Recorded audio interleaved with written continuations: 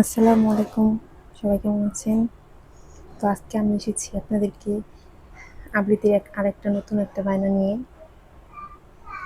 তো আবৃত্তি আজকে বায়না করেছে সকাল সকাল সে পিৎজা খাবে।